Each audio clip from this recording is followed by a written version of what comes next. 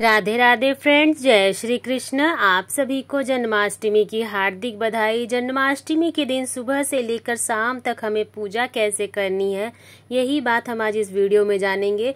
तो सुबह की पूजा तो दोस्तों हम अपने घर के मंदिर में ही करेंगे। जैसे आप प्रतिदिन पूजा करते हैं, सुबह लड्डू गोपाल को स्नान कराएंगे, भोग लगाएंगे और जैसे हम प्रतिदिन की पूजा करते हैं उन्हें जगाएंगे, बिल्कुल हमें वैसे ही पूजा करनी है। दोस्तों शाम की पूजा आपको कैसे करनी है, यही हम आज आपको अभी इस वीडियो में बताएंगे। तो शाम को हम दोस्तों यदि घर के मंदिर में इतनी जगह ना हो तो हम अलग से चौकी लगा लेंगे। चौकी पर कोई भी साफ सुथरे कलर के वस्त्र बिछा लेंगे। जो भी आपके पास साफ सुथरा नया वस्त्र हो वो आप बिछा लीजिए।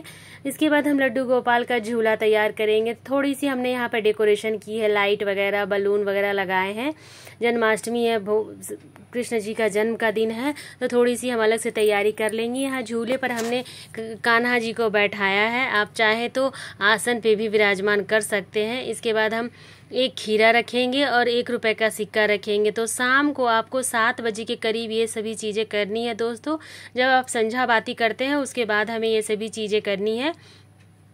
जब आप लड्डू गोपाल को बैठा दे, जब रात के 12 बज जाए दोस्तों, तब हम ये पर्दा जो डाले हैं उसको हटा लेंगे और ताली बजाते हुए, घंटी बजाते हुए लड्डू गोपाल को जगाएंगे। हाथी घोड़ा पाल की जय, कन्हैया लाल की बोलते हुए लड्डू गोपाल का जन्म करवाएंगे फ्रेंड्स। तो लड्डू गोपाल का जन्म पर्दे हटाकर हम लड्डू गोपाल का जन्म करवाएंगे। और इस तरह से जो खीरा है उसे हम 1 रुपए का सिक्का जो रखते हैं उससे नाल छेदन करेंगे। तो बहुत ही सुंदर से आप देखिए 1 रुपए का सिक्का से ही कीजिएगा, क्योंकि चाकू या ब्लेड का इस्तेमाल यहाँ नहीं करना चाहिए फ्रेंड्स। यदि आपको डंठल वाला खीरा मिले तो बहुत अच्छा है, नहीं तो इस तरह से खीरा से हम लड्डू गोपाल का जन्म करवाएंगे। खीरे को हम प्रसाद के रूप में रखेंगे, उसके बाद ही सभी लोगों में बांटेंगे। खीरे को, इसी खीरे से प्रसाद को भी किया जाता है। तो जब नाल छेदन हो जाए उसके बाद हम लड्डू गोपाल को स्नान करवाएंगे। तो आप केवल तुलसी पत्ता रखकर ही स्नान करवाइए, क्योंकि जो स्नान करवाते हैं वो पंचामृत बन जाता है। यदि आप केमिकल वाला तिलक वगैरह लगाएंगे तो फिर पंचामृत में नुकसान होता है। तो यहाँ पर हम केवल तुलसी पत्ता रखकर ही स्नान करवा रहे हैं। लड्डू गोपाल का स्नान करवाएंगे, उनका अंग पोषण करेंगे अच्छे से, फिर उनको तैयार कर लेंगे फ्रेंड्स। तो वस्त्र आप तैयार कर लीजिए। देखिए यहीं पर अगर आप करते हैं, आप थोड़ा सा अलग अच्छे से कीजिएगा, क्योंकि अगर आसन गीला हो जाता है तो फिर पूजा करने में अच्छा नहीं लगता है, तो पानी वगैरह थोड़ा गिर ही जाता है। तो आप थोड़ा सा अलग से चौकी लगाकर उनको तैयार कर लीजिए अच्छे से आसन। और हो सके तो इस दिन नए वस्त्र पहनाइए, क्योंकि लड्डू गोपाल को नए वस्त्र जन्माष्टमी के दिन जरूर पहनाना चाहिए। सुंदर सा हम उनका श्रृंगार कर लेंगे।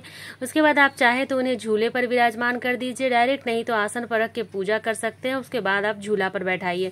तो सुंदर सा हम उनका श्रृंगार करके उनको झूलों पर विराजमान कर दिए। उसके बाद हम दीपक प्रज्वलित कर लेंगे। तो दीपक आप घी का ही लीजिए, गाय के घी का मिले तो बहुत अच्छी बात है। फिर हम जब गणेश जी को विराजमान किए थे तो गणेश जी को तिलक लगाएंगे, लड्डू गोपाल को तिलक लगाएंगे। स्नान वगैरह तो हमने करा ही दिया था, आसन की शुद्धि की थी उसी समय।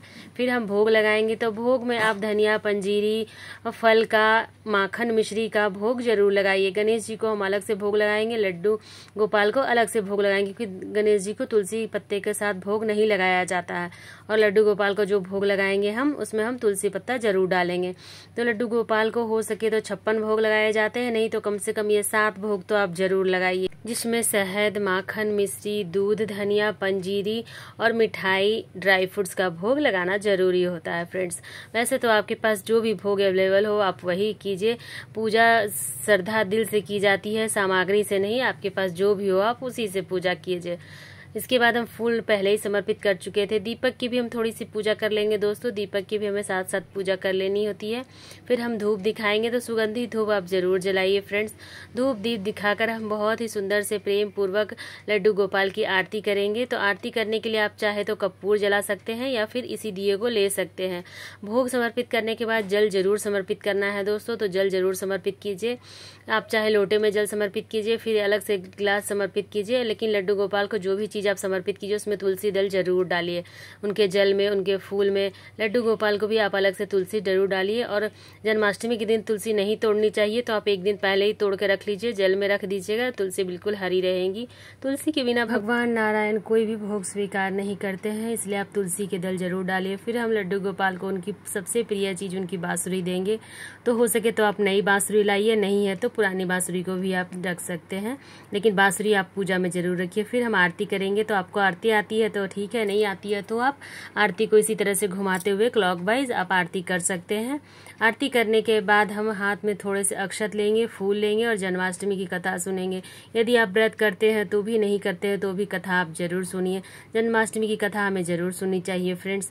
इसके बाद हम जो भी सामग्री भोग में लगाए हैं, जैसे खीरा है, इसे हम प्रसाद के रूप में कर लेंगे। जो इसका डंठल होता है इसको हम पूजा में गमले में डाल देंगे अगले दिन खाद बनने के लिए, कहीं फेंकेंगे नहीं। फिर हम दक्षिणा समर्पित करेंगे। दक्षिणा से हम लड्डू गोपाल के लिए कपड़े खरीद लेंगे। कोई भी चीज़ आप दक्षिणा से लड्डू गोपाल के लिए खरीद सकते हैं। फिर हम हाथ में जोड़कर प्रभु से प्रार्थना करेंगे हमारी पूजा स्वीकार करे।